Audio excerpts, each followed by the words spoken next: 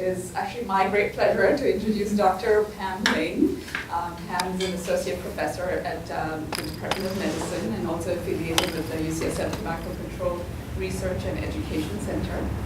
And she is also the PI of the Tobacco Cessation Project under CHARM. And Pam's area of expertise is studying the tobacco industry's marketing strategies targeted at youth, women, and other high-risk groups, and sort of using those strategies and sort of using counter-marketing strategies, I guess, to make smoking uncool among youth here in San Francisco. And her projects are quite fascinating, as you will see and hear about. And welcome. Great, thank you very much, Paula.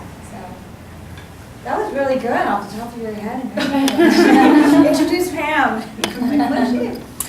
So great, thanks very much for coming out. I don't think this group has seen me talk before, which is good because there are some old chestnuts in here. They've actually been doing this work for many years.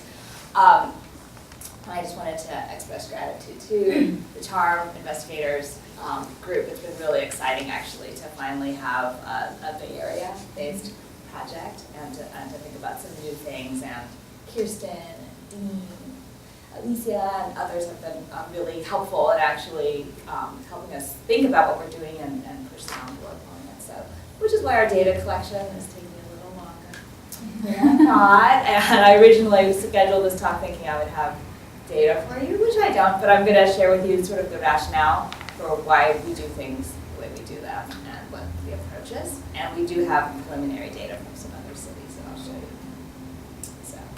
So I just wanted to thank my team. So I have the team on the left is all my people at UCSF.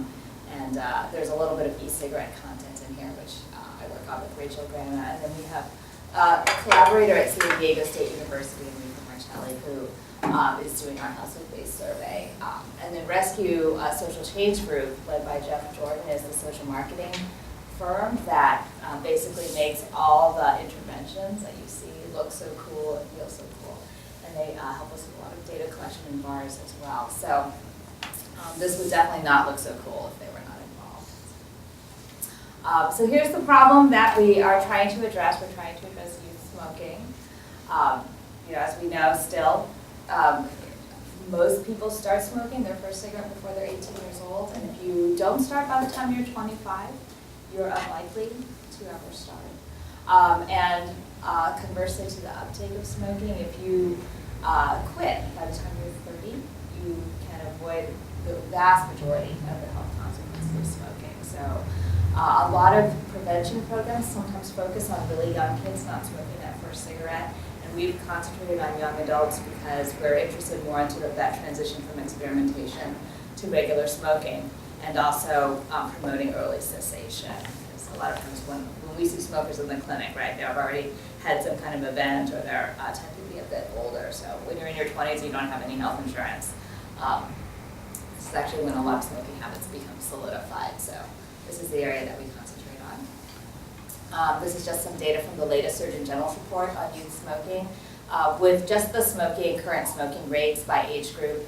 And the green bar is the one I wanted to draw your attention to, which is just that young adults aged 18 to 25 have the highest rates of smoking, and this is also true, generally true in California, even where our overall rate of smoking is quite low.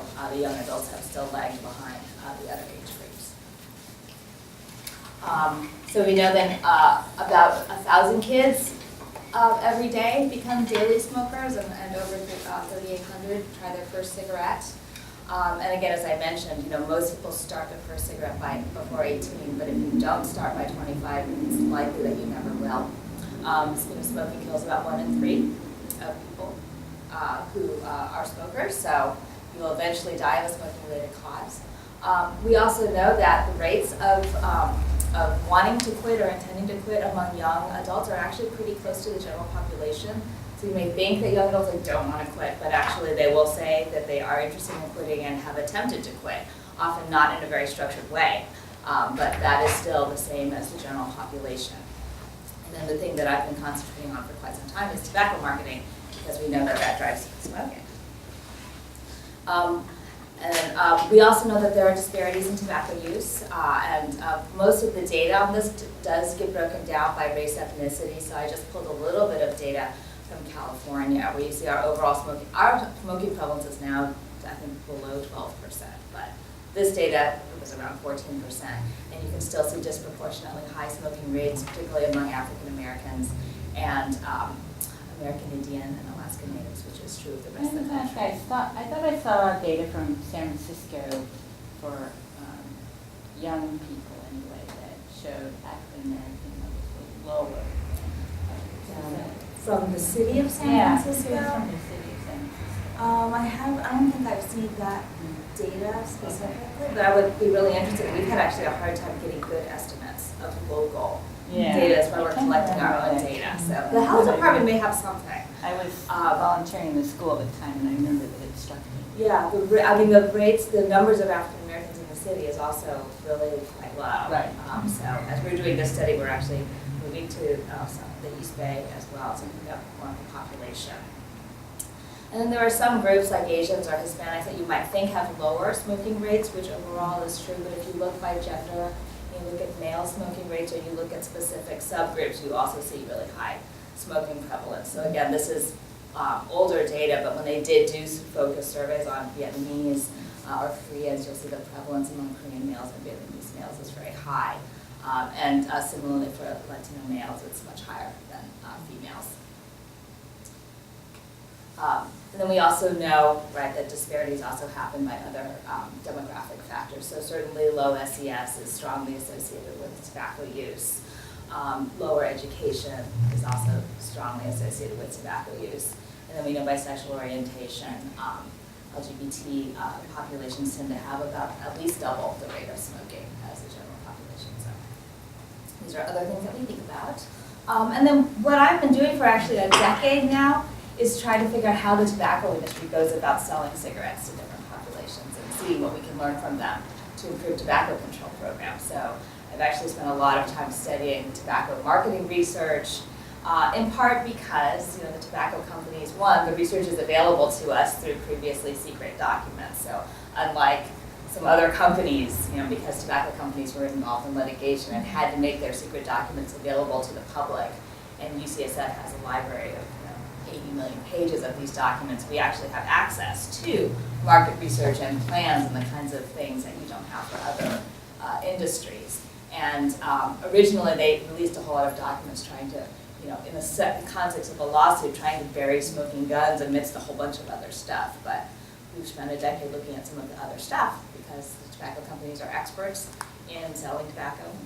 They know a lot about how to target campaigns. They know a lot about smokers. So we've tried to look at what they know and learn from that. So, one thing that we also know that they've done for a long time is really targeted marketing, which exacerbates the health disparities that we see. So, back in the 80s, you have the linkage between jazz music and menthol cigarettes, in this case, cool cigarettes, and this has continued up decades later. You still have, this is an updated cool, which now they just use the little logo, but you can see it matches the O's in the word cool. And still linking, music and culture and menthol cigarettes.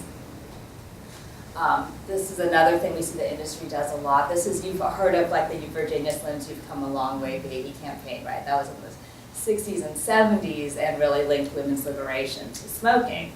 Was thought to really drive some of the uptake of smoking among women in the US. This is a much updated version, which still has this kind of like, relatable, kind of inside joke feel to it. And in fact, this ad says sometimes we just laugh at the punchline without even telling the joke. The tobacco company actually spent a lot of time doing focus groups with women and asking them about like, what kinds of things do you keep in your purse and what's your most valued possession and how do women relate to each other in friendships, and they really built their campaign around female dynamics or things that are like, they did a whole campaign like kind of the women is for Venus and men is for Mars. Kind of style, emphasizing little things that women kind of understand about each other and then linking that to cigarettes. So they take that very kind of inside, in-depth approach. So this is our data source. This is the Tobacco Legacy Documents Library. It's housed by UCSF. Anybody can go on this library if you have a web browser and search the documents for free. It's the address is legacy.library.ucsf.edu, and basically it's kind of like a Google search box where you just put any term you want in the box, and you can see what documents come up that contain that search term. Because there are 80 million pages, you will get a lot of documents. So the library actually also has collections of popular documents or on specific topics that people look at frequently. And we're developing new techniques to help people get the good stuff and find further good things when you find a couple of good documents. But this is an example of what a document looks like, if I can get my clicking to work. So this is an example of a tobacco industry document, and this is a document from Laura Lard Tobacco Company back through the 1970s. This is just a page from one of their internal memos, and here they were talking about how Newport was really doing great, it was successful because it was purchased by Black people, young adults, and they talk about the base of their business being the high school student. So this document was used as evidence that that Laura Lard Tobacco Company knew long time ago that they really had to recruit kids to start using their products, and they did so knowingly and and intentionally. And Newport is actually the cigarette brand that is most popular among youth. It's a menthol brand, and we know menthol is easier to smoke, and then Newport is frequently marketed with really lots of fun social images of young people together. So this kind of document shows, aha, the tobacco company knew that young people, that high school students were part of their targeted marketing. But what we've also done is just look at the documents to understand, how does the industry do their market research, not just catch them doing naughty things. So this is an example of market research, yeah. I was just curious, how far up does it go in terms of dates? You can actually get documents from the late 2000s. You can still get now, after 1998, the companies knew that people might be looking at their documents, so they're much more circumspect about what they say. So it'll be a little less like, well, we gotta get those kids. We gotta get some free samples for the kids. It's a little more, they actually developed a whole system to talk about youth as younger adults, which was like 12 to 17, and to use the language that sounded adult. So they have, and the more recent documents also sometimes just say things like, see attachment, and then you have a hard time finding the email attachment. That said, we've still found pretty entertaining things from within the past decade. Luckily, the tobacco companies will come up with some strategy, and then they'll repeat it many times. So it gives you a little bit of a context for what's going on now. So this is an example of market research from Philip Morris. And it's actually from 1994. So it's pretty old now, and this is how they thought about just young adult male smokers. So this is from a national sample of over 1,000 18 to 24-year-old male smokers, and they went to people's homes and they did over an hour-long interviews with them and had them talk about their perceptions of brands, their aspirations for the future, all kinds of demographics, activities, friends, card sorting, all kinds of things. And then based on all this data, they came up with little profiles of different types of young adult male smokers. These profiles are what they use to tailor the marketing campaigns. Then they give the groups these cute names. So these are Philip Morris's names of the macho hedonists and the 50s throwbacks and the new age men and the enlightened go-getters are what they call these types of young male smokers. And So they were all smokers, or? these are all smokers. Oh, Yeah. So this was they were all smokers. So just to give you an idea of what macho hedonist is like, so they ask a whole bunch of attitude questions, and the macho hedonists are the bars, and then the red line are the other three groups, and I made it red so you can see. So the macho hedonists are more likely than the other groups to agree with things like it's important to have fun, I like excitement, money equals success, it's important my date is attractive, it'll be a long time before I settle down with one woman. And they're less likely to agree with things like men should do half of the cooking and cleaning, I'm concerned about the environment, or I'd rather stay home than party. That gives you a little bit of an idea of their mindset. They ask about activities, so these guys like hanging out, meeting women, and going to parties. Less likely to be bicycling or politically active. And then their attitudes are very pro-smoking, so they're more likely to say, agree with things like, I enjoy smoking, most of my friends are smokers. They're pretty brand loyal also, so they can say, I can see why cheaper cigarettes aren't as good, or why you would be embarrassed by some brands. They're not really coupon users. Actually, the most popular brand among macho hedonists was Marlboro Lights. So Marlboro is the most popular cigarette brand. And the lights, I think, is because the macho hedonists are a younger group, and younger people tend to start with light cigarettes. So this was the Marlboro. And then Philip Morris at this time was really worried about Camel, because Camel was doing all these campaigns that were trying to position the Marlboro Man as this old, boring loner, and have Joe Camel be like the friendlier, more cool, guy you would hang out with. And this is an ad from R.J. Reynolds that actually shows that Marlboro Man in the background there, looking boring and lonely, and then with Joe Camel up front. So they were concerned that Camel was going to appeal more to this mindset because of this positioning of Joe Camel with his sunglasses and friendly demeanor, as different from the Marlboro Man. So just to give you a flavor of the other groups, the 50s throwbacks were very different, right? They said they socialized with average people, everyday people, other parents, and they were not the sexy troublemakers. And they are much more sort of like regular Marlboro Red smokers. And then the enlightened go-getters were more kind of new masculinity, so these were more upscale, more educated men, a little more liberal attitudes about women, and would say their masculinity is reflected in physical fitness and career success. They like to travel, they like to go to bars. They're a little bit less interested in brand image, and they were a little bit more college educated. At this time, Philip Morris was worried about these Camel flavored cigarettes that were also being promoted at the time, because they did all these different flavors with all these different parts of the world, and they felt very kind of worldly and a little bit different from the mainstream brands. Philip Morris was worried that these types of Camel cigarettes were really going to compete with regular Marlboro for this group.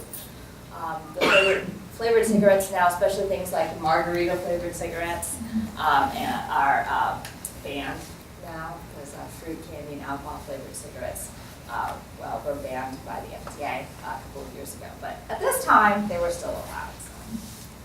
And then finally, New Age men. New Age men were like much more interested in self-fulfillment. So these are guys who would say, I'd take a job that pays less if it's more fulfilling. And they'd like to listen to music and play music and read. They like excitement and interesting people. And they also were more kind of college educated. They smoked pretty heavily, pack or more a day. And they're also kind of cheap. They're more likely to buy cartons. So Philip Morris actually thought about developing a brand for New Age men. And this was like a cheap cigarette that they called Dave's. And they basically made a whole story about how Dave was this guy who, just really wanted a good, simple, good value cigarette. He had a tobacco farm, and made these cigarettes with these fat leaves. And the whole idea was internally, here's what they said about it, that they want for these young men in their heart of hearts to feel that when they buy discount, it's because they choose to, not because they're cheap or broke or desperate. So the whole idea of putting an image with a discount cigarette brand was meant to make it, make you feel better about buying cheap cigarettes. So this is like a mock-up of the Dave's ad.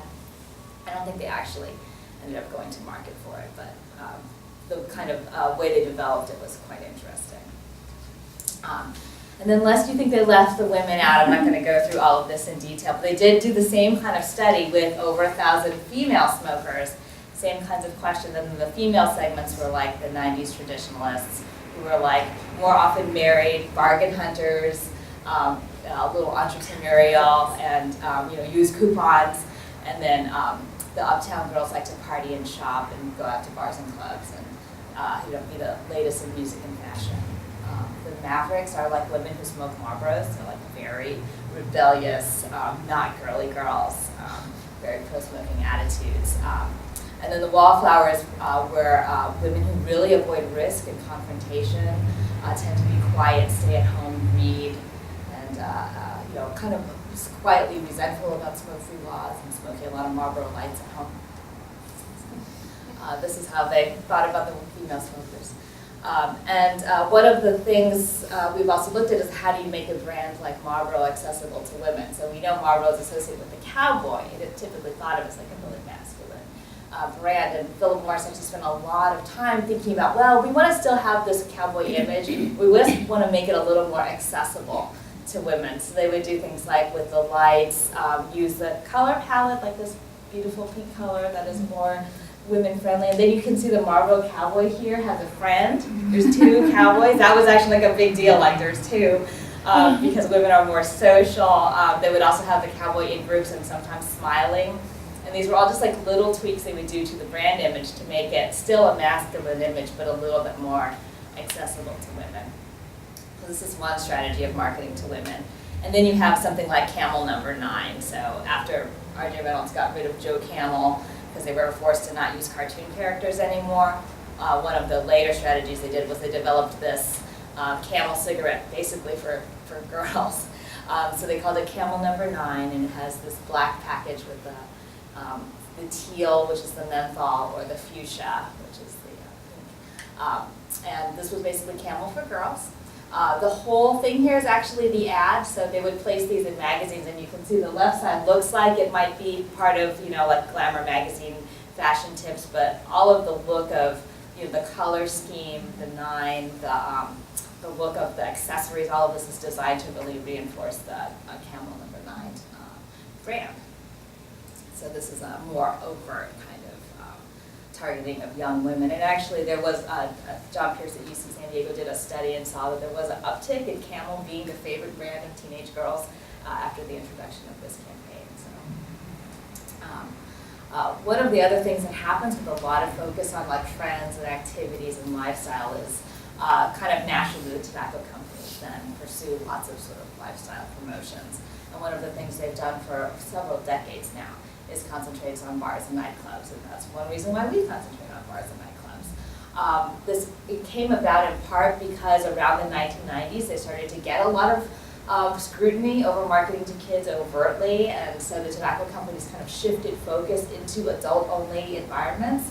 And even in the Master Settlement Agreement of 1998, which put restrictions like no more billboards, no more cartoon characters, they would still leave loopholes for adult-only environments. So you could still give like free samples of cigarettes in adult-only environments. So the tobacco companies began really sponsoring bar nights and concentrating marketing in these venues.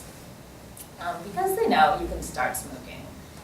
Even though people usually have their first cigarette before 18, there's plenty of time, between 18 and 25 to get into a regular smoking habit. So these are just pictures from bar nights. These are actually kind of old, but they have like DJs and bands and things like that, sponsored by Camel. This is the band they sponsored. You can see all the posters in the back are like, happen to be Camel posters.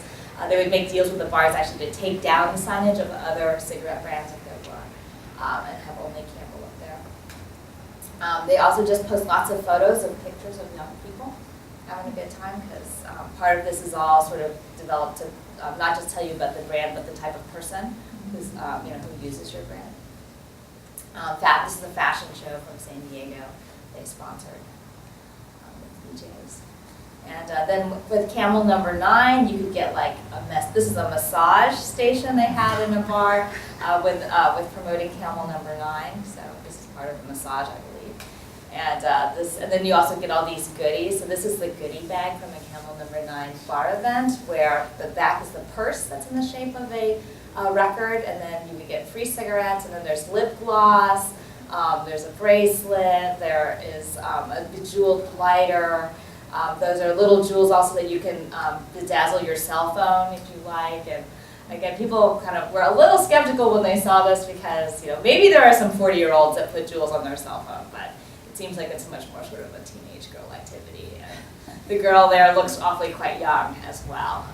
But again, these are the kind of goodies that you can get at these events.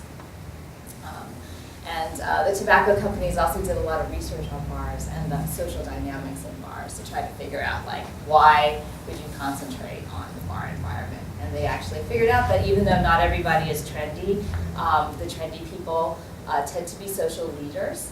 And they actually did studies of looking at the whole environment and saying, okay, if you're going to enter a bar, who controls the environment the most? And of course, that is the bar owner. So they would did a lot of work reaching out to bar owners, making it financially attractive to have bar events, give them, $10,000 and a whole bunch of coasters and signs and other kinds of things that would make it financially attractive. And then the coolest people of the cool people are then the party promoters who know where all the parties are. So they would give them leather jackets and very high-end kinds of promotional materials. Bartenders are also another really kind of like high influence person because everyone has to be nice to the bartender in the bar. And then they influence hip club going young adults who are then eventually will influence their less hip friends who don't go out all the time. So that was the idea. So even though it's a small segment of the population, it's felt to be influential. This is a strategy document from the 1990s where, again, R.J. Reynolds thought about trying to get to the whole U.S. by targeting like the 50 most popular night spots in like 9 hot U.S. cities. Maybe this is 8 cities. You can see, of course, there's San Francisco there. There's like Chicago, L.A., New York, Dallas, Atlanta, Florida, Seattle. And they really wanted to concentrate on the hot youth cities and the best clubs in those cities and really have the Camel Club brand program trickle down from there. So this is part of the strategy. And the eventual goal was to have it be uptaken by the mainstream market, but the idea was to kind of build this perception of the Camel brand as a hip, trendy thing because it comes through this kind of social phenomenon. And then it kind of trickles down to a mainstream phenomenon. So the other thing, so this is an update to 2006. R.J. Reynolds is still doing the same thing. They've increased the sophistication of their classifications of cool people. So one of the classifications now is called BDS2, but basically this is another kind of like personality type that is very oriented towards social life and fashion and new trends. And they say that these people are the trendsetters, and they're the ones who got the iPods and the TiVos, and the ones who are tweeting during tweeting during presentations back before anyone else even understood why they needed them. So they still have this real focus on trendsetters, and they also think that these are also thought leaders. So one of the other things they kept in mind was that young adults are often very skeptical about marketing. And so they don't like to be overtly marketed to. So when a cool person just happens to be talking to you about a brand, this is kind of like stealth marketing or viral marketing, recommending some kind of new smoke to a friend. It's not perceived so much as a marketing campaign. So this was a more effective way to kind of subtle influence people. The other thing they do in bars and clubs, people are used to getting their ID checked, right? So, and if they're going to give you free samples or a USB port or a flask or a lighter or something, they'll often check your ID. And what young people don't actually realize is that while they're checking your ID, they're actually scanning your ID into the database. So one of the main metrics on measuring the success of a bar night was really how many people's names did you get on the database. Because as we know, young adults are hard to track. They move around all the time. They don't have permanent addresses. The address, is like their parents' address. So they actually devote a lot of time to trying to get valid addresses and contact information for young people. And then after they've scanned your name into the database, then after you go to one of these parties, a couple of weeks later, you'll get a mailer like this. It says like, I think the other night was hot. It was so great to meet you. Just wait until you get to know us a little bit better. We have some coupons here, and just keep an eye on your mailbox, and we've got all kinds of other cool gifts for you. So they really link the direct mail campaigns to the bar nightclub events. Just to summarize a little bit here, what are we kind of learning from the marketing from the tobacco companies? We think that they really have devoted a lot of time into understanding the audience very well. And giving really tailored messages that fit not just a demographic, but really a whole kind of psychographic mindset. And they really try to communicate that we understand where you're coming from. We can relate to these moments that drive behavior. And a lot of times, the things they do are not necessarily kind of like information-based or fact-based. So a lot of health campaigns tend to kind of offer, well, if you give people the right information, they'll make the right logical choice. And the young adult smoking is a lot about knowing the facts and making the bad choice anyway, which is what we hear a lot from talking to young people. So So then what is social marketing? Social marketing in some ways is trying to use marketing techniques or commercial marketing strategies to increase some kind of socially beneficial behavior or to change norms to make new behaviors more socially acceptable. So it's reframing something like secondhand smoke exposure to be poison rather than something that's cool, or using marketing techniques to make something seem not so cool. So we've pursued quite a couple of years ago this idea of doing some kind of counter-marketing campaign in the bars to compete with the Marlboros and the Camels and all those bar parties. And so we did have some challenges around thinking about this. One was like, Camel, like R.J. Reynolds in the 1990s had $1 million per city. In their like 8 Cool City campaign, they had huge budgets. We had like $100,000 or something for the whole campaign. So we had a much smaller budget than they did, though we still had some money. The other problem was that when you're doing a campaign for something like cigarettes, you have a product. So a brand of cigarettes is something that's established, and Marlboro is one of the most valuable brands in the world. So that makes it pretty easy to leverage to do for a campaign. If you're starting something new and your message is around not smoking, it's sort of like, well, what do you attach your brand to? You're trying to promote the idea of not doing something. So it's more difficult to make that concrete. And that's also when you have no product, right? There's no cigarettes. And so that's some of the challenge we have. The advantages we had when thinking about what we did have, we started this pilot in San Diego, and we figured that at least we were in San Diego, and the firm I was working with was located in San Diego, so they were really well networked, and so it was much more like it could be a local presence and not like a company that's based, in North Carolina coming over and implementing something from far away. So there was a lot of existing relationships with the venues and the bars and the local hip people. And you can really then tailor your creative to the local culture much more so than, Camel number 9 has to be consistent across the whole U.S. And some could also see that having no product that kills you is also an advantage. So we like to think that that's a good thing about us. And so one of those challenges we had was trying to figure out, well, how do we get a sense of whether you're like a macho hedonist or a wallflower or what? And we don't have time to do like an hour-long interview with, 1,200 young people in their house. And so what we ended up doing was trying to figure out a quick way to figure out like what kind of bar subculture are you in? Because even if you think about 18 to 24-year-old young adults in bars in San Francisco, right, you get a really different crowd if you're in the Marina versus if you're in the Mission. So we were trying to figure out how can we quickly figure out which subculture people belong to so we can tailor the creative, because we can't do all bars and all subcultures if we don't have the budget. So one thing Rescue had been working with was using pictures to have with teenagers to help express like what your social group is, because we all know people don't like labels. Everyone feels like they're eclectic and they don't want to be labeled anything. So rather than saying, are you a jock? Are you are you an egghead? Are you a hipster or whatever?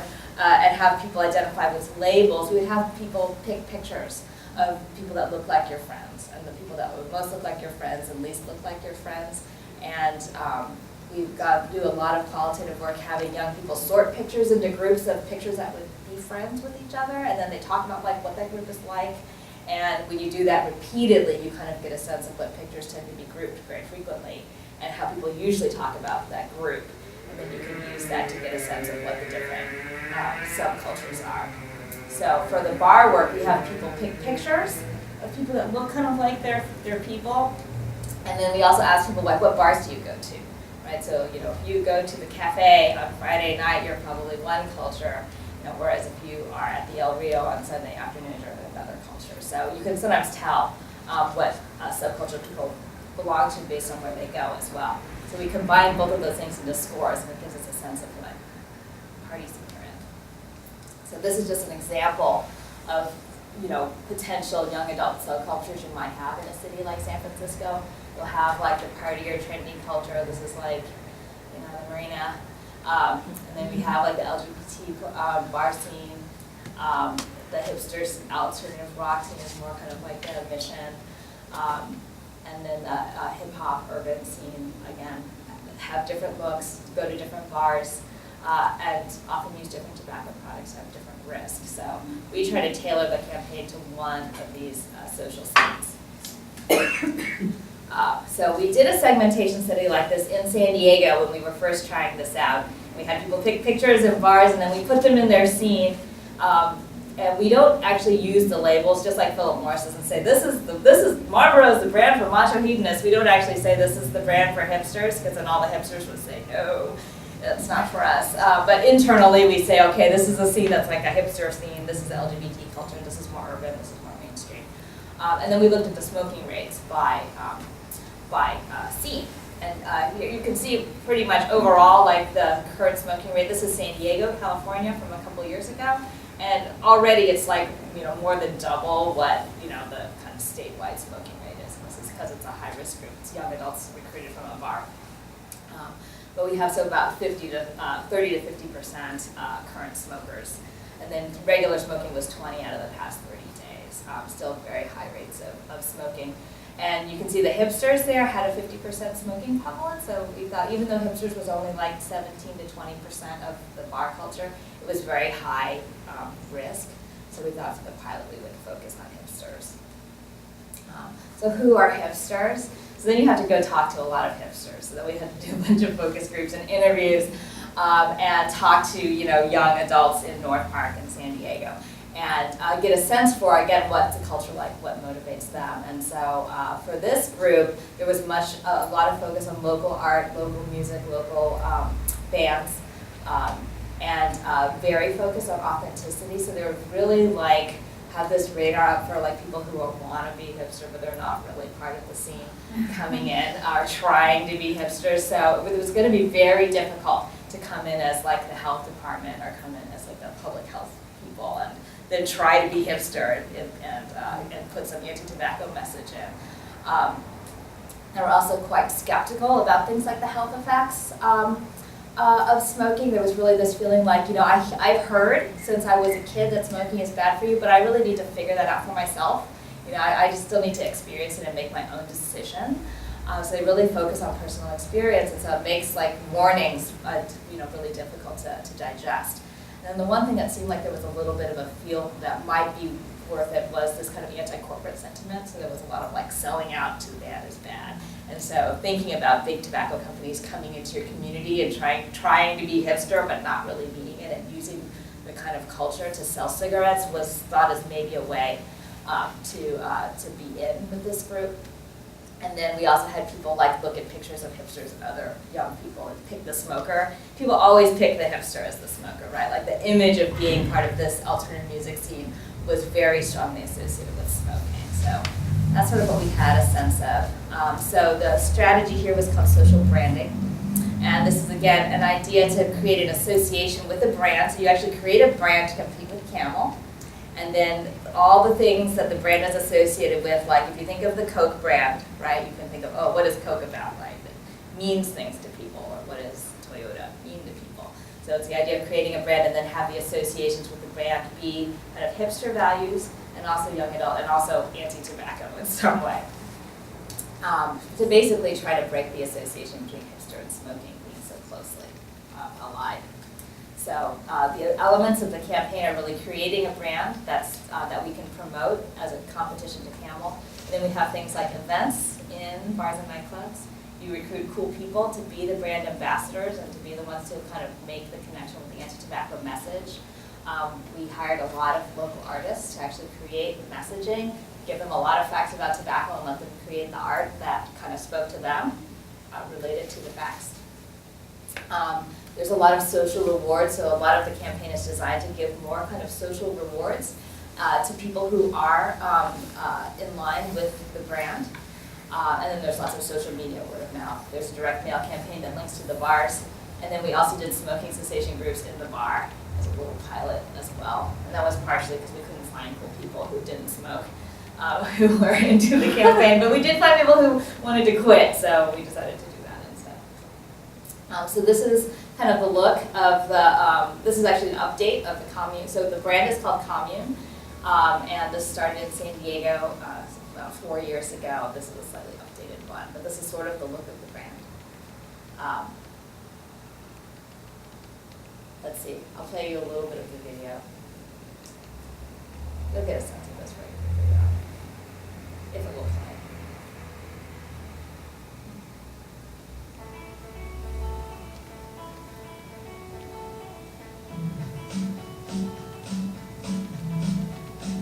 So the first brand had like little kisses on the logo, and it's been updated. So we like sponsored all these bands. We made this clothing. We have these DJs. These are all people that were, at commune events in San Diego. And they were explicitly smoke-free events, is that? Yeah, so we only will do the events in bars that are smoke-free and that don't accept tobacco industry funding. Do you advertise that with the commune brand, or people just, when they arrive, When say, they sorry, arrive, you're they smoking? know. Yeah, and I mean, the bars in San Diego are actually smoke-free. There's Jeff. The bars are actually smoke-free, but the hipster bars have a lot of like that patio that that everyone smokes on. That's really like close to the bar. So RJ Reynolds was sponsoring some of the bars in the neighborhood too. So over time, we actually had one of the bars there give up their Reynolds sponsorship because they wanted to have commune events.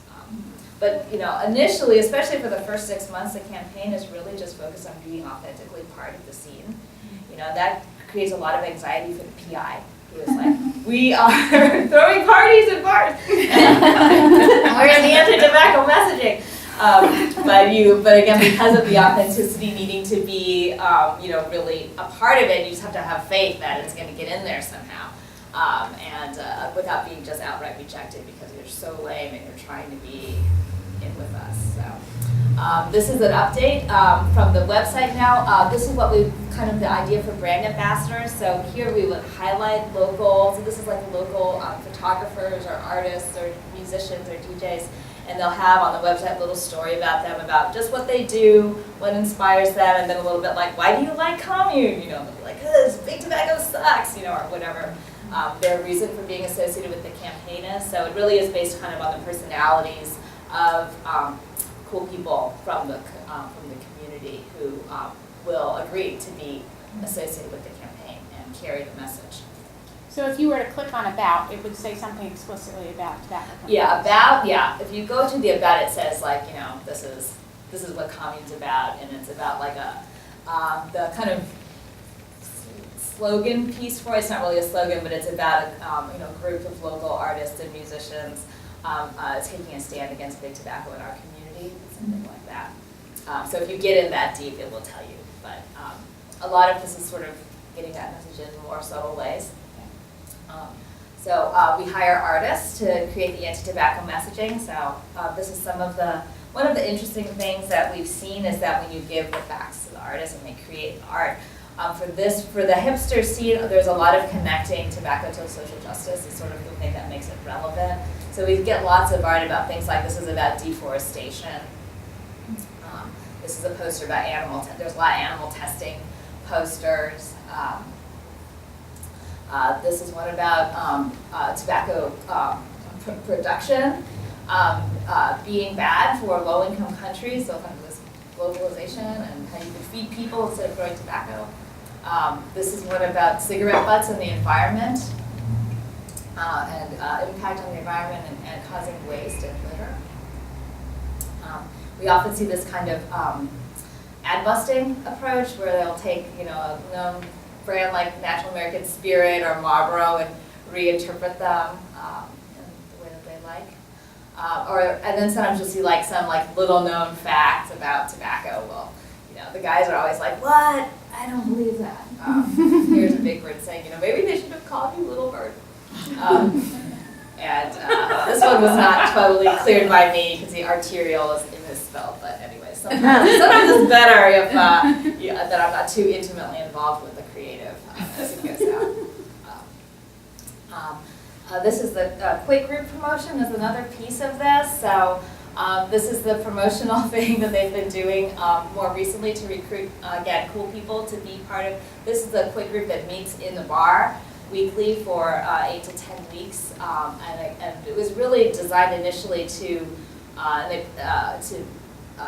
target very cool influencer people, because you're making a big investment in a small number. So we really recruited and these are the people we recruited for the first one, which were like bartenders, artists, musicians, who were really cool people who work for the local alternative press, who were willing to say, I want to quit, I will come to the bar every week and work with this group, and we'll support each other, in our quit goals. And you can post my picture on Facebook, you can blog about how the group is doing. We use a CO monitor in the bar because it has lights, and it's like instant feedback on like how much carbon monoxide you're breathing out. And it does allow you to try to be in a bar environment and not smoke, which is, again, young people say is like one of the hardest places to remain quit is if you have a drink, you'll be smoking again, or if you're in the bar. So it's a little bit trying to say, like, you can be in a social environment, you can have a good time, and trying to associate the behavior of really like trying not to smoke, or in that context. So again, this is still piloting, but it seems to be, we had about like 25% quit rates, which is pretty good. It's fantastic. And we're still following people over time. The website is another thing that's really, they're constantly remaking themselves. So this is the new website, and you can see they also do like social media, and Facebook and Twitter, mostly to promote events. And then this is the evaluation. So this is actually the first look in AGPH. It just came out like a couple of days ago. This is the first like official evaluation that we did of the campaign in San Diego. And what we found was, so we had a baseline, and then we did 3 years of follow-up. The way that we evaluated this was we did random samples of young adults from the hipster bars, like every year. We actually did every 4 months. And then evaluated baseline and 3 years of follow-up. So we basically try to sample the high-risk group over time and then see what's happening with the exposure and the smoking rates. So we saw exposure going up over time, not tremendously high, but we did see the highest exposure amongst hipsters, more so than so hipsters were like, not only were you in the hipster bar at the time we sampled you, but you also picked the pictures of hipsters, and you go to the hipster bars all the time. That qualified you as a hipster. And then we also had a measure of how much you value your social life, or how sensitive you are to trends, and if you scored high on that measure, you're even more likely to. Then these are people who go out all the time, so you're much more likely to be exposed. The liking for the campaign also went up over time. We were not sure, like, once the messaging came in, that the hipsters would still like the campaign because they're more obviously anti-tobacco, but it did seem like the liking went up over time. And this is the smoking rates. So we have the smoking rates did decrease significantly. Again, they started incredibly high, right? So among the whole sample, it's like starts at about 56% current smoking. So, went from 56% to like 46%. So it's still incredibly high, but it's overall about a 16% decrease in smoking in the, in the community samples that we were getting. And then we actually had larger decreases in the highest risk group. So people who actually are hipsters had significant decreases, and the hipsters who really value their social life had really, really high smoking rates, above 70%. What did you say was the time frame for the follow-up? This is 3 years of follow-up. So, and it became significant at follow-up 2, and then was sustained at 3. And then we don't really have a control community because this is all in San Diego, but we did kind of use the non-hipsters who happen to be in the bar as the control because they're not the target of the campaign, and they did not have a significant difference in their smoking. They start out lower because they tend to be, hipsterness is associated with smoking. And then we did our controlled analyses, which were controlling for advertising receptivity and trend sensitivity and anti-industry feeling and all the demographics. And we still see significant decreases in both daily and non-daily smoking at follow-up 3 amongst, and then there was a significant interaction between drinking and being a hipster, so we did them stratified. And the hipster binge drinkers are the ones that really had the biggest effect in this. And then we also, even though the messaging, and you'll have noticed from the video, there's a lot of people drinking in our intervention. That makes some people nervous. There's actually no anti-alcohol messaging in the campaign, but every city we've been in, we have significant decreases in binge drinking. And actually, sometimes you see we've always seen the binge drinking go down first before the smoking goes down, but for some reason, we don't know why that is, but at least we're not, But some this people is in a think. cohort and the same people? No, follow? it's random samples from the community over time. Okay. So what we really should do, if we could get young people to stay in the cohort, that would be the ideal design. But it's so hard to retain this group that we do random samples. The binge drinking is a concern for health departments again, because they kind of feel like if people stop smoking, will they compensate by drinking more? We certainly don't think that's what's going on. And then just to give you a feel for an alternative group, we've done the same kind of strategy with the partiers. So the partiers are like the Marina part of San Francisco. So again, much more sort of like into top 40 music and DJs than local bands. We've done a partier campaign in Albuquerque, New Mexico, and Oklahoma City, Oklahoma, which again are different contexts because Oklahoma has smoking in the bars, and but we just decided to see if you could tailor a campaign, again using the same marketing strategies but to a different subgroup. So this is some of the segmentation from Albuquerque, New Mexico. The health department funds the campaigns, and they wanted to focus on partiers because there's a lot of partiers in New Mexico. So they had some hipsters, that's the alternative, which had a higher smoking rate, but it's a small segment. So you can either get, they wanted to target the larger segment of the population, so that's what we went with there. This is the brand for partiers, it's called Havoc. You can see the feel of it is very different from the hipster brand. These are the girls that wear like a lot more makeup and shorter skirts than the hipster girls. But many of the same techniques. So this is much more focused on sort of physical attractiveness and being sexy as kind of the associated with the brand, and much less kind of like anti-tobacco industry in the feel, and again comes from the focus groups. These are the direct mail piece for Havoc. They post pictures of people from the parties. Their direct mail is a little more. Sometimes it has the green message. Sometimes it's just the sexy thing. Event photos, things like this are posted on the website. And then the anti-tobacco messaging will be developed around some things. Like they did an event that was for women. That was kind of that did some education about how tobacco companies were. Exploiting women's liberation to sell cigarettes and using that as one of the themes of the event. In Albuquerque, again, we've seen exposure going up over time. This is, again, randomized samples of young adults from the partier bars. The red line here is the non-partiers and the blue line is the partiers. The smoking in New Mexico has also gone down significantly, again, from about 47% to 37%. Smoking. And this is a statistically significant decline by follow-up 3. It was borderline at follow-up 2. It seems to take us about 2 years to get a significant difference. And the cigarette smoking here, we have the partiers started out a little bit lower than the non-partiers, but have decreased significantly over time. That's not true for the non-partiers. We've seen a borderline statistical significant difference in the odds of smoking, and this is just current smoking.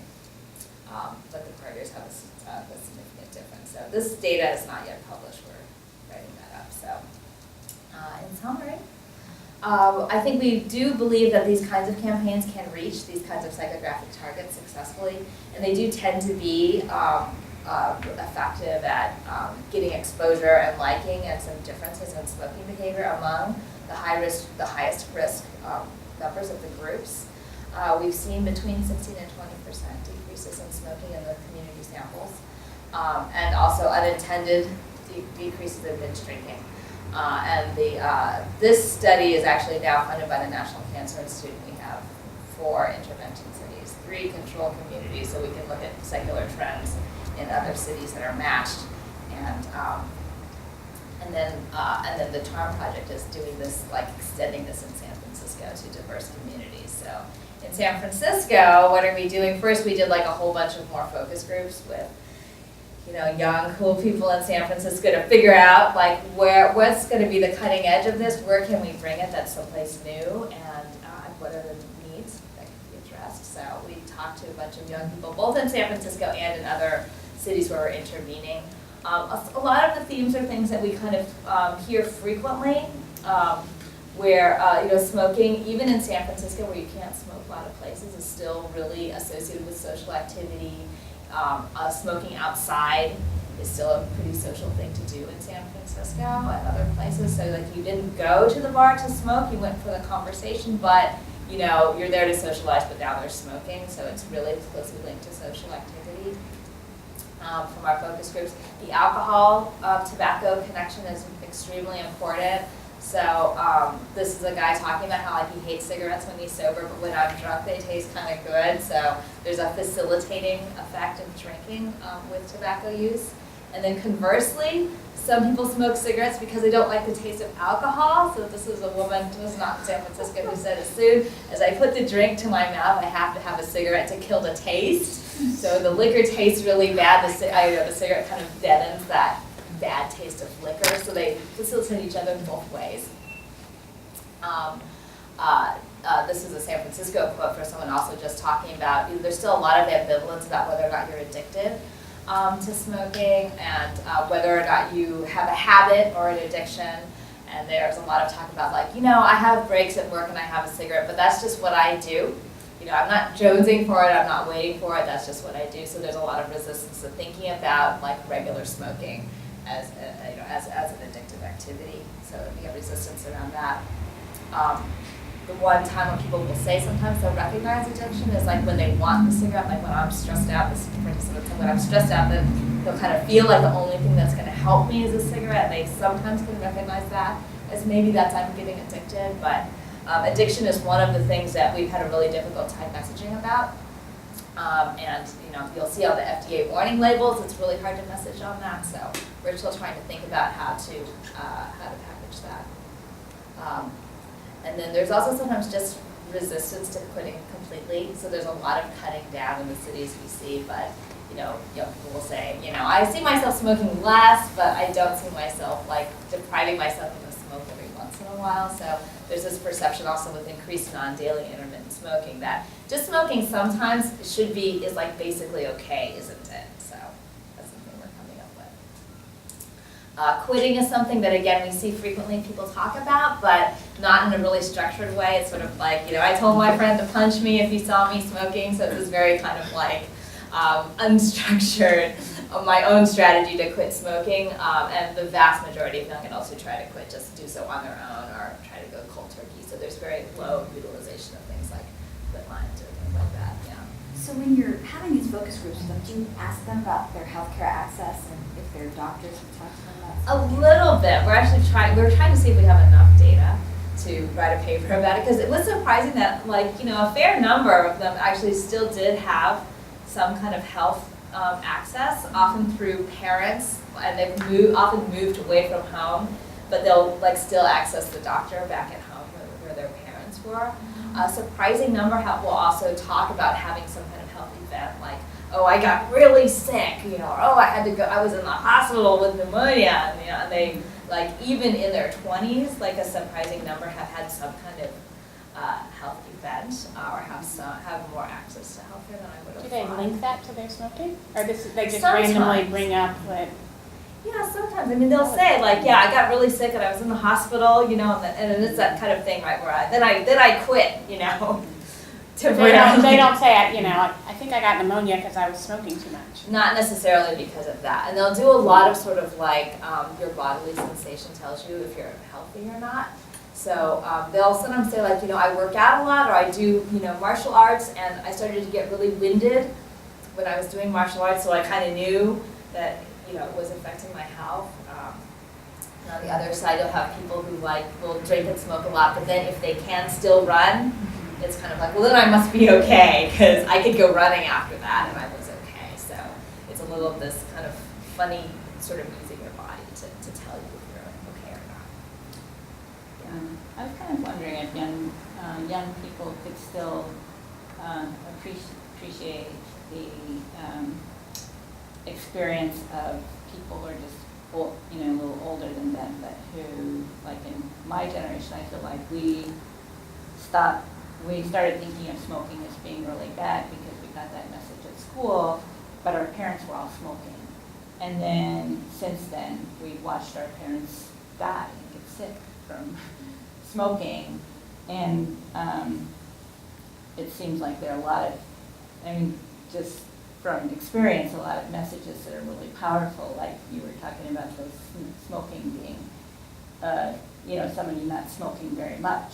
But I had friends who died in their 50s who smoked 1 cigarette a day or something, Yeah. And now my father, who never developed lung cancer, which is what we all thought was going to happen to people, but he has macular degeneration, which is highly affected by smoking, and bladder cancer, which, he was kind of like asking me, my doctor said this could be caused by smoking. Do you think that's believe true? Yeah. Yeah. And so I just looked it up and I said, yeah.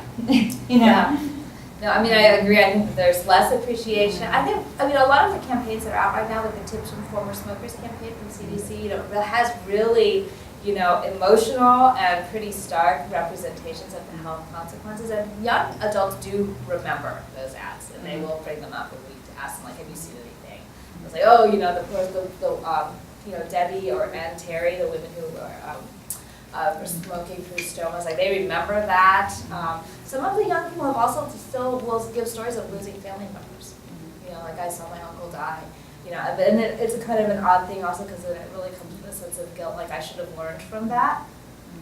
Like it's extra bad because I've had this experience, but I'm still smoking. So it is kind of. And every smoker gets COPD, right? Yeah. Is that? There's a little bit of that. There's also like a little bit of this, and there's a little bit of this nihilism kind of thing too, which is like, well, you could be eaten by a shark, or you could be hit by a bus. Well, that's what my dad used to say. I could walk out and get hit by a truck. Yeah. But now he says, if I had had any idea that my smoking could affect the health of my children, I would have stopped. Yeah, and I think that that's sometimes where you'll hear people get motivated is around their children, or like for smokers around their pets. Like exposing your pets to secondhand smoke is actually like a real concern for smokers who like don't value so much their own health, but they really do not want their cat to get sick. So no, but it's true. It's like one of the things that sometimes is the in for people. Yeah. So so I think you see some of the same dynamics, but you do have a lot more resistance from among young people. There's really much like I will do quit later. I will do that later when I'm 30 or when I have a kid. That's when there's a lot of denial of the kinds of health effects. And I think an overall a very low recognition of cardiovascular health risk as well. So even though, the number of people affected by the cardiovascular risk is higher, it's sort of everyone thinks of lung cancer. Yeah. I'm thinking now about these hipsters growing up and being, 35 or 40. And it seems to me, and maybe it's because I live in a totally different world, that once these people have kids and their kids are in school, that they're not still smoking. Are they smoking on the weekends and I'm just not cool enough to know them? Because I feel like I was surprised that we just this past year asked in the bar survey if you're a parent or if there's a child in your household, and we had about 20% of the young adults who answered surveys in the bar say yes to that question. And we had a surprising number of young people in the focus groups who have kids. And they've said like that, kind of like I've said I was gonna, stop, but now they have a kid and they're still in the club. So I do think there is this kind of mental, I think it depends a bit on SES also, right? But I do think there's a little bit of a mental thing, like this is the time when I'm gonna stop smoking. But then, you kind of find that they're still in the same social situation. So I have never thought previously about like maybe we should do something about parenting. But there is a fair number of young adults who are parents. And we've been thinking in the bar context, so we haven't thought about it as much. But so if they that's quit an while they were area that pregnant? could, Do you ask if they quit while they were pregnant? We haven't. Yeah, no. But we sometimes have people volunteer that. that started. So there was a lot of bike while I was pregnant. We haven't thought so much about like what do you do after. So the whole thing with pregnancy is that you lapse. Right? I mean, imagine if you still hang out with your friends and you don't want to give up your whole social circle, that you can see how you could fall back into that pattern. The one thing we've also noticed with this generation of young adults is that they're the ones who are in like California, very used to smoke-free bars, and very used to stepping outside to smoke. You know, so like it's not because like if you go to a place like Oklahoma, they're like the world is going to end if you can't smoke inside the bar. You know, like your business would crash and it would be like disaster. But in New York City and San Francisco, places where they've had smoke-free bars, it's just like, you know, they now think the world is going to end if you can't smoke in the park. But like the norms around smoke-free spaces and even smoke-free bars have been really kind of, you know, normalized in this group. So. Do you get the sense that that kind of smoke-free bar environment does, though, make it safer for people who don't want to smoke because they can just stay inside, they don't have to go out on the smoking patio or whatever? I think it does make it less convenient to smoke. I mean, although there's a lot of like the patio is. But I'm saying also more convenient for someone who doesn't want to smoke Sure. to feel comfortable. To feel comfortable. Oh, definitely. You know. Sort of, although if all your friends go outside, you don't want to Yeah, sit then you're by the person yourself. who's sitting there watching the drinks, right? They're not the person who's watching the drinks, but that's like not fun to me. No, but I think it does.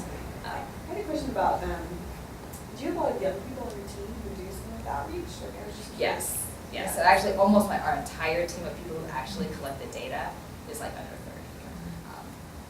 I conduct some focus groups, and I will be present for a lot of the qualitative, but especially for like getting someone who's slightly drunk in a bar to do your survey is all about being approached by the right person. You know, and $5. Yeah. That's the key. Like $5, and being approached by someone who you feel like, you know, you're willing to I'm do sure that. that bar companies have really beautiful people. They have hired a lot of models, and we hire a lot of models too. So yeah, no, but it's true. I mean, the doing data collection in the bars is not an easy thing to do. You have to have the right people doing it, and also getting into the bars is also not an easy thing to do. So we work with a lot of people who are used to being party promoters and are DJs and who talk to bar owners to get access, because you know it's not that fun to your bar environment to have like people there filling out forms, right? So it's got to be really. But then again, people are kind of bored in the bar environment, you know. So it's not. We've been able to get like 70 to 80% participation rates with the bar survey, so that we don't get that many refusals. So I think, let me see if there's anything else fun here to show you. This is my favorite quote from San Francisco. The kerning is making me nauseous. You guys know what kerning is? It's a space between the letters and type. So San Francisco is so like design sensitive. If your logo and your creative is not like really, really cool and really, really well designed, you know, it is not gonna fly. So we're like, oh my God, it has to be extra cool for San Francisco. Literally, someone's like, the kerning is making me nauseous. All right. I'm not going to go through this little stigma quote, but it is basically the bottom line is that in San Francisco, people do still feel like the bars is one of the places where you can still be like a person and not be stigmatized for smoking and have fun. That is still very much the perception. And so what we're doing in San Francisco now is, because our charm team kind of pushed us and was like, what's the impact on the community if you do this thing in the bars? Because we know pretty well that if you do the intervention in the bars, you can get a change. But they're like, well, but what's, you know, how does this affect health disparities and what's the effect in the community? In order to do that, you need like a population-based survey. And we could not find good data for young adults, you know, in the Bay Area, 18 to 26, with good racial ethnic diversity. So we decided to do the survey ourselves. And we got some extra funding from NCI. And we're partnering with San Diego State, and this survey is just going in the field right now. So we are doing a randomized sample population-based household survey of young adults, 18 to 26, in San Francisco County and parts of Alameda County. And we're going for a good representation of African American, Latino, Asian, and other race ethnicity. We're going to get people who are not only in the bars, because it's a household survey, and it's a multimodal survey where we're going, we're sending it in the mail, and then we're following with phone calls. You can do it online, you can do it on the telephone, and then we'll come to your house and collect the data in person if needed. And so this has taken us forever to get through 2 IRBs and the whole thing, but we have a beautiful survey that's going out in the mail right now. And then at the same time, we're going to do a very broad bar survey also, because our bar surveys have tended to be hipster focused, because our first intervention was hipster. And we are doing the commune intervention in San Francisco now with logo with better kerning. Plus, we're also doing concurrently a bar survey, which is going to go to a wide variety of bars popular among young adults through the same geographic area, so we can compare the bar population and the household population, get a sense of the size of the different subsegments, and then look at the demographics as well as the psychographics together. So it's very exciting, finally going. So you're asking about stuff besides smoking? We are. Related. We're asking about actually lots of other tobacco products, because there's like little Yes, the cigars election. and e-cigarettes, and we ask about drinking. We're also asking about marijuana, because in San Francisco, especially when you talk about smoking, people are always like smoking what? It's like marijuana is like the kind of instantly like the thing. So we're asking about that, which means we had to have the contact information on a separate piece of paper, you know, all that kind of stuff. So it's been a little more challenging, but I think especially for this age group in this context, like you have to ask about alcohol, you have to ask about marijuana. We didn't ask about other drugs. And then we're also asking about things, because of the charm, we were also asking about soda, like how much sleep do you get, soda, discrimination. You know, we're getting the geocode data, we're getting other things that we'll articulate with the other projects and charm, which is actually really exciting, because, you know, we've pilot tested the soda question, and like, okay, number one, I think it's going to be a problem asking people how many ounces of soda they drink, because it's math. But in any case, that's how they're asking the question. But it is astounding how much soda people drink, and how much juice, like, you know, people report drinking like a couple of gallons, you know, of juice a day.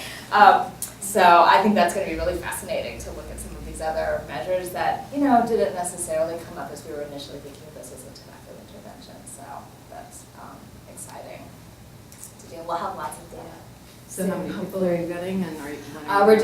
We're aiming for 1,200 household and 1,200 from the bars, roughly. And then we'll also do some more qualitative. So the idea is also to help us figure out, like, you know, are there, you know, particularly interesting or high risk groups that we can do a kind of similar approach to, but that's really tailored to that population. We hear stories about, you know, things, so we're going to see if we can get some numbers to match that. Here's some trends that are happening. These are advertisements, right? None of these advertisements are for cigarettes, right? They're all for e-cigarettes and e-hookahs. And this is like a huge thing that's exploding. It's going exponentially higher and higher. The market's estimated to be $1.7 billion this year. The uptake among young adults in bars is incredibly high. We just finished a survey in New York City where half of the daily smokers were current e-cigarette users also. And a third of the non-daily smokers were current e-cigarette users also. So it's, and you know, maybe not surprising, because if you look at the advertising, it has like a lot of earmarks of former tobacco cigarette marketing that was appealing to young people.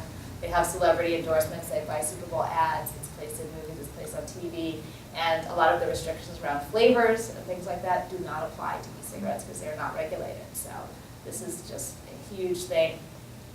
They do these very, very high, you know, image kind of advertising. This is DJ Heavy Grinder in her private plane smoking her e-cigarette. They do this kind of targeted marketing for women. So these are e-cigarettes with jewels on the ends and gorgeous accessories for girls. They often will, even though they say they're not smoking cessation devices, they'll also have things like, how can the e-cigarette help you quit smoking? And they have directions on how to use it to quit smoking. Again, this is not an approved smoking cessation device, but it really has the reputation of being something that will help you quit smoking. This is the disclaimer on the bottom, which says that, you know, this is not really for smoking cessation, even though the website has directions on how to do that. Here's another trend, like putting other things in your e-cigarette. So this is actually, they actually are selling these in San Francisco and the Castro, where you can put appetite suppressant, sleep aid, or energy booster delivered in this e-cigarette. So it's kind of this nutraceutical kind of positioning, which I think is going to continue. And then you have this marijuana crossover. So these are personal vaporizers. The packs, which is on the bottom, you started as an e-cigarette company, and now this is like used for your leaves or your herbs or whatever. And the Firefly is another one. So as the marketing of these electronic devices is expanding, you're also really facilitating this kind of co-use with marijuana, because you can put hash oil in a lot of these vaporizers, and there's much less odor than it is from smoking pot. And kids are taking them to school and putting whatever in them. They look like pens. The teachers don't recognize them because a lot of the devices don't look like cigarettes. It's becoming a new trend that is, causing consternation. It's hugely popular in Europe, these vaporizers. Yes, very It's popular stores all there. over the place. Yes, and the UK is like really embracing these. So some places that are really embracing harm reduction are saying that, this has got to be safer than smoking. So, why not promote it? And those of us who concentrate more on the marketing are more skeptical about it, because if you think about who's uptaking it, like a lot of the uptake is among people who are not like smokers who can't quit. It's among like recreational users who are just getting started. But there's debate about that. Plus, there's no data. So as a physician, I'm like, it really is. There's like one clinical trial where it was no better than the nicotine patch. So it's sort of like, it has this reputation of being this really effective new thing, but the data is extremely limited. And the product is not regulated, so you have no idea like what nicotine you're getting, what amount. It doesn't match the labeling. You don't even know how to tell somebody like what product to get. So you do get nicotine. They can deliver between, they come in 0 up to about 36 milligrams of nicotine is what they're labeled, but you don't actually know how much is delivered, and that's really variable. So, but we're seeing this. And then this is what the personal vaporizer looks like an inhaler, and the money goes to cancer research. So this is just what I would enjoy. So they have them ones that you could disguise these to look like soda cans and other things. So, they're becoming, again, a lot of this is pioneered by the marijuana vaporizer people. But anyways, this is sort of where this is all happening. So as we continue to evolve this, we have to address like the new products and e-cigarettes and marijuana and all this. So that's where we're going. So, this is the lessons learned. I think I already talked about these. We think this kind of works. We still need to figure out how it works. We don't really know how. We're going to do some qualitative work to figure out how it works. And, and we do think that tailoring to the mindset's important. The anti-tobacco messages have to be as creative and evolving as the tobacco industry. And so that's what we hope to do. Yeah. This is so super awesome, and it's really creative and innovative. There are two things that kind of worry me about it. One is like the discrepancy in budgets, and the other is the persistence of the effect over time. I'm wondering if you have a plan to kind of, you said it takes 2 years to see an effect, then you can't keep these commune parties happening forever. So how are you going to kind of, keep that effect in place and not have people just kind of regress to the mean? Yeah, that we do not know. So I think we were initially in the phase of saying we need to find out if this works or not. Even though they're expensive to do, they are much less expensive than mass media. So one of the ideas is, can you actually spend your media dollars in a more smart way by taking a small portion of like your TV commercial budget and investing it in more kind of like local, this kind of would be more sort of like a local community focused thing. So I think there are ways to fund it. The other thing that's kind of good that we have to explore is whether or not, as people get kind of invested in like the brand, or they like kind of like the commune parties, and then they want to do it because it's fun and they're invested in it. So there may be a certain amount of momentum that just comes from people being involved. But if no one's paying your band to come play, you're not going to do it for free forever. So thinking about sustainability or pitching into local, I think it's about the budget thing is really you have to get this is why all of the interventions are funded by the local health department. You know, that the state has to feel like it's worth investing in young adult tobacco use and be willing to have this kind of creative. But in terms of, but getting the local tobacco control programs to help to make the investment is the partnership model we've always taken to try to get that. So I don't know, we just have to, but I totally agree. And do you have plans to go back and do some measurements, like a year after the actual official intervention? If we have to stop, we can, yeah. We're still funded in the places where we're funded, but actually the campaigns have ended in a couple places, so we could go back there and see like what's happened. Like in Sacramento, they had one that was only for like a year and then it stopped, so. Or, you know, yes, you know the tobacco control funding is always at risk, so, you know, we'll keep the surveys going no matter what. So our larger study we'll keep measuring, hopefully they'll still fund the interventions, but it is possible that we can just, you know, see what happens after they end. What you really need is a good cost effectiveness analysis. And that's what the CDC always wants us to do. So, yeah, and I think it's a logical